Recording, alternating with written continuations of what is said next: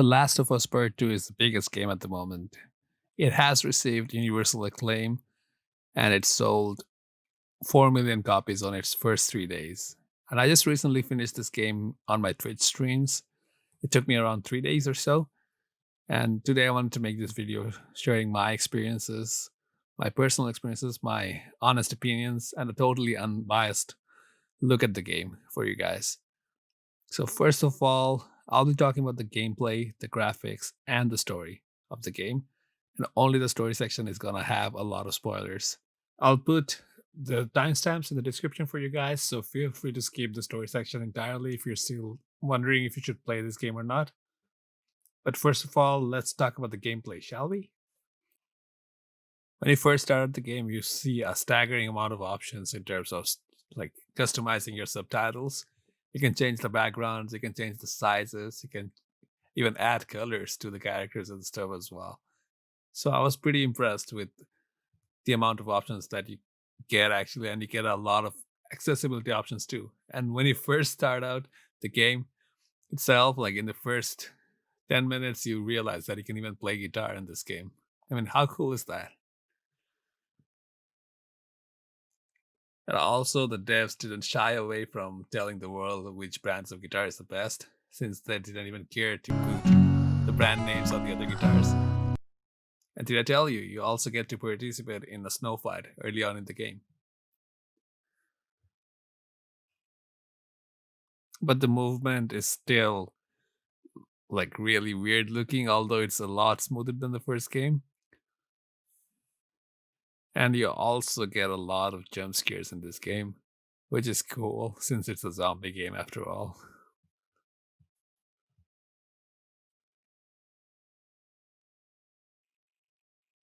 Also, you get like jump scares again, and you gotta free yourself from the grapples by repeatedly pressing rectangle.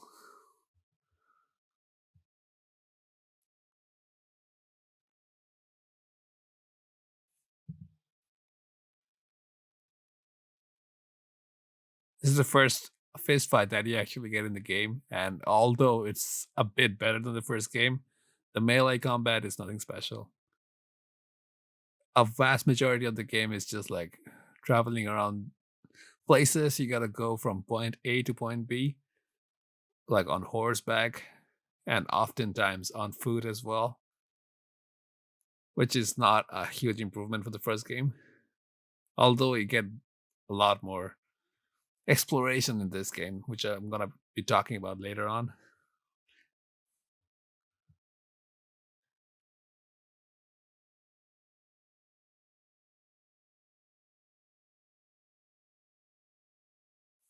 You can scavenge houses and stuff for supplements, for like your equipment as well, like for tools, for ammo and stuff, just like the first game.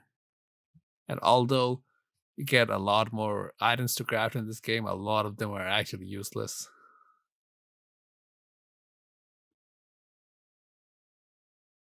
And basically, there are a lot of stealth moments as well. I mean, stealth is always an easier option than just like fighting against all of them and wasting ammo. What the hell happened? Also, this game provides a lot more exploration options compared to the first one, even though there's only one level where It sometimes it destroys almost parts of feels the like a city. semi-open world kind of level. You can find recipes and stuff as well, read letters from left by other people.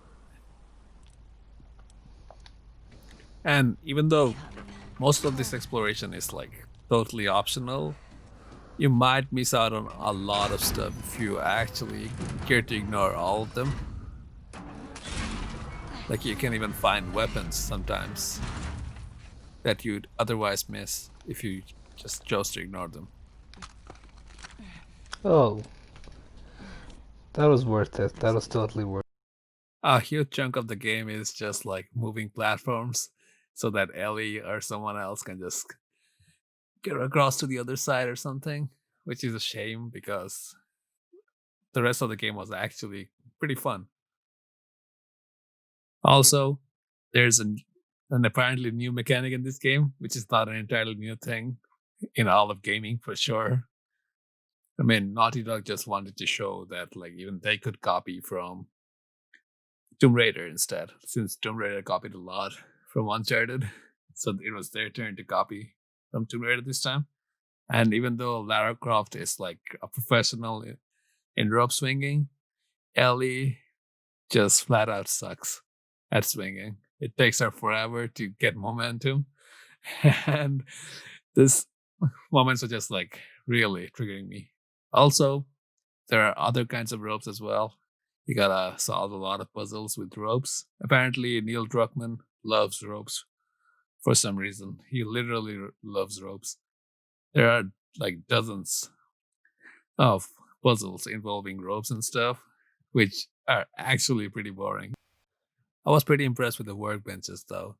Like they legit put on new stuff on your gun when you make upgrades, and even though that's not entirely a new thing, but I really loved the way they tried to conserve energy all the time by turning off the lights. It was a nice little touch.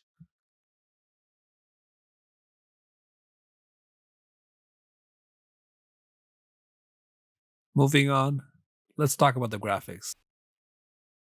The Last of Us Part 2 has a similar art style to the first game. At times, I was feeling like I was playing the first game, which is not a bad thing at all. And there are moments where the graphics really shine through.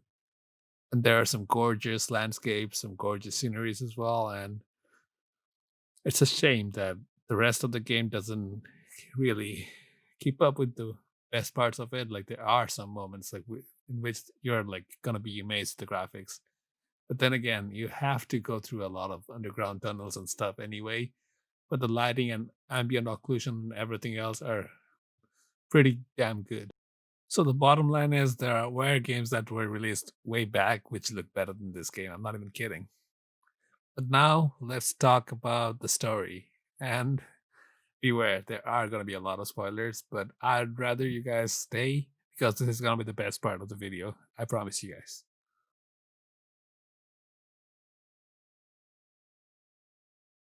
Where do I even start? Let's start from the beginning, I guess. Sorry, I totally overslept. Just give me a minute and I'll get dressed. Yeah, I can see that. Heard you had quite a night after I left. I. She kissed me. All It right. was just Dina being Dina. She didn't mean anything by it. I was talking about your fight with Seth. Wait, you kissed Dina? Oh.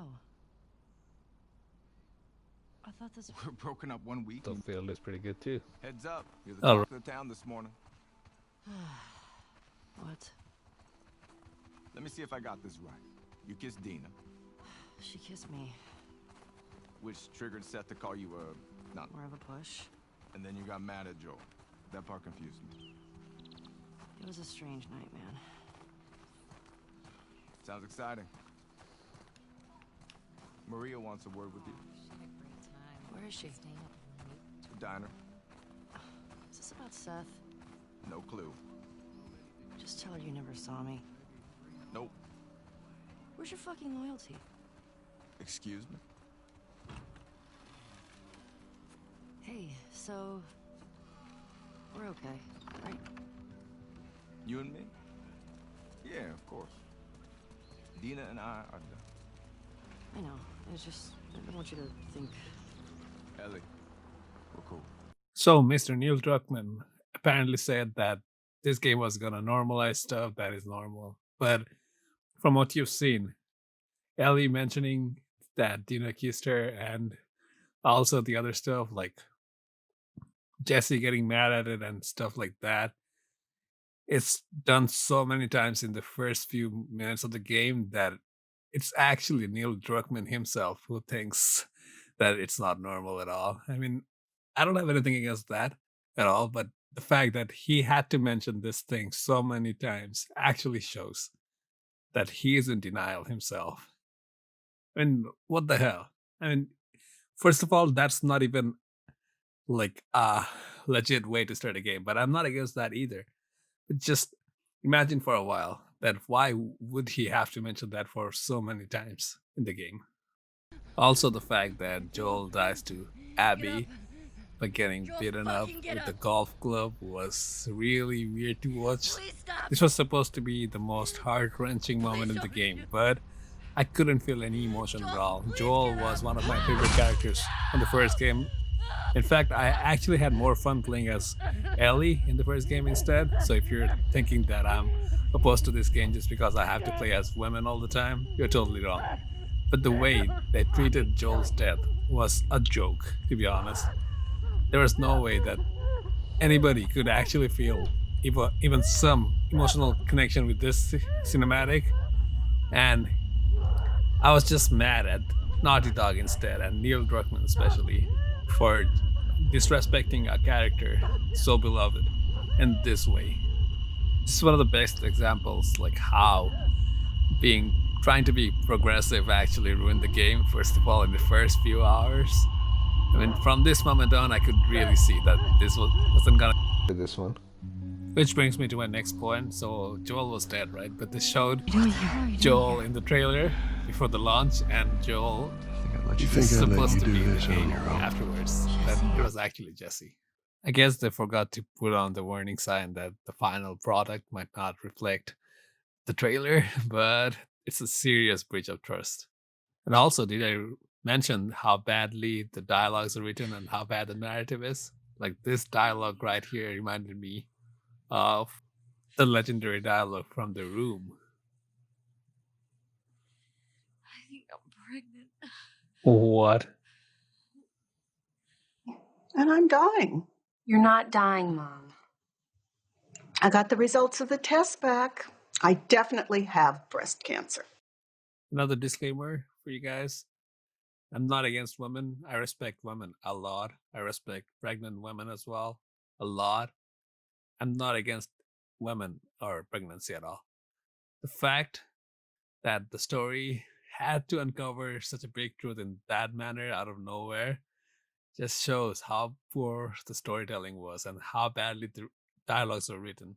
That was just my point here. Like I said, I'm not against women or anything.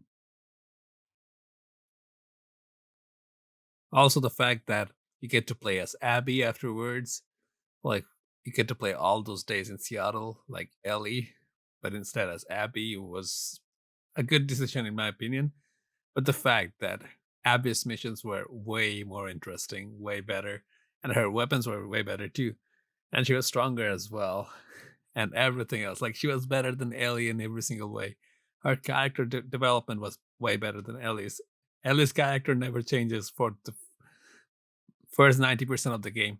She stays the same. She just wants to kill everyone and stuff. But Abby, instead, she tries to redeem herself and stuff. So she's on a way to redemption. And that was, in my opinion, one of the worst decisions that the storytellers, the writers, actually made. Because just imagine, everybody who played the first game wanted to play as Ellie in this game. Even me as well. I knew that like Joel wasn't gonna be a playable character or anything in this game. But the way they treated Ellie's character in this game was totally garbage.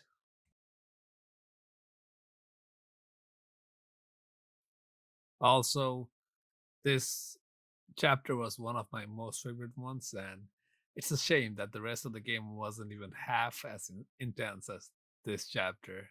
Like, it perfectly demonstrates how good the graphics could have been, and also how intense the whole game could have been instead if they just focused on the character development instead of focusing on all those progressive stuff.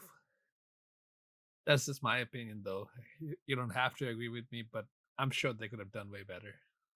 And what do I even say about the final boss fight? This is one of the worst AI that I've ever seen. Damn. And the worst part about the ending is that it doesn't even make sense. Ellie gets spared twice by Abby. Not once, but twice. And still she tries to kill her. She goes all the way to California or somewhere to kill her. And when she gets the chance, she finally sees Joel in her mind's eye and then decides to spare her. I mean, come on.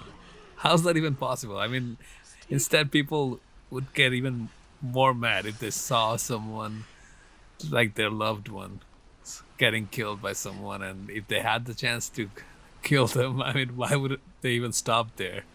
Instead, Ellie just gets her two of her fingers beaten off by Abby and just lets her go off with Lev, the kid, I mean. And I can never forget this moment though. Like, so Ellie starts beating her up again. And what Abby has to say here is, No.